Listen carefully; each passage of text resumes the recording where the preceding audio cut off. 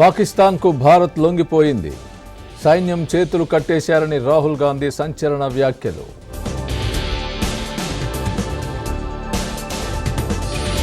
ఖర్గేకు mental balance తప్పిందన్న Nadda, విపక్షాల విమర్శలతో క్షమాపణలు.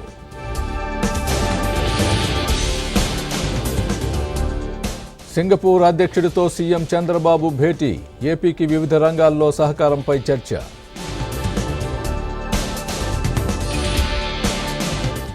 చిత్తూరు, తిరుపతి జిల్లాల్లో ఏనుగుల సంచారం, గ్రామాల్లో పర్యవేక్షణకు పవన్ కళ్యాణ్ ఆదేశం.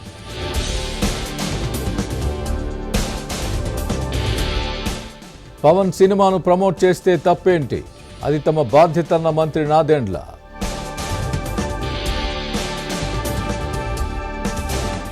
వైసీపీ ప్రభుత్వంలో ఫసల్ బీమా నిధుల దారి మళ్లింపు, బయటపెట్టిన కేంద్ర మంత్రి చౌహాన్.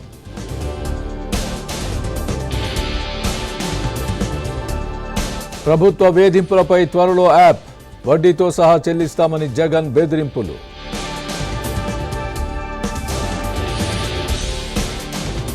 హెలీప్యాడ్ దగ్గర 10 మంది, జైలు దగ్గర 3కే అనుమతి.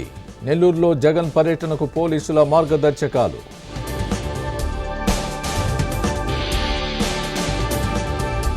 ఏపీకి పరిశ్రమలు, పెట్టుబడులే లక్ష్యం, నవంబర్లో పార్ట్నర్షిప్ సమ్మిట్.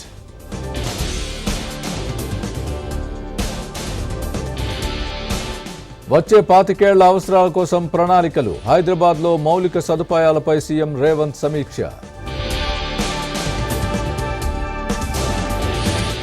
త్వరలోనే బీజేపీ పెద్దల్ని కలుస్తా, గోషామహల్లో ఉప ఎన్నిక రాదన్న రాజా సింగ్.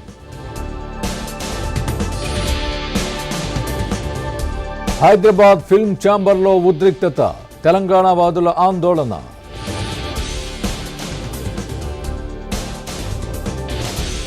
ఇండియన్ స్పెర్మ్ టెక్లో ముగిసిన సోదాలు, పోలీసుల అదుపులో యజమాని పంకజ్.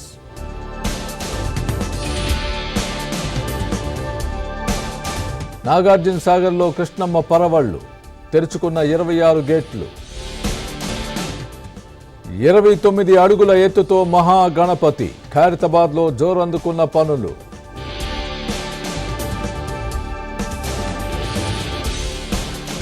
భారీగా ఓట్లు తొలగిస్తే జోక్యం తప్పదు, బీహార్లో ఓటర్ జాబితా సవరణపై సుప్రీంకోర్టు.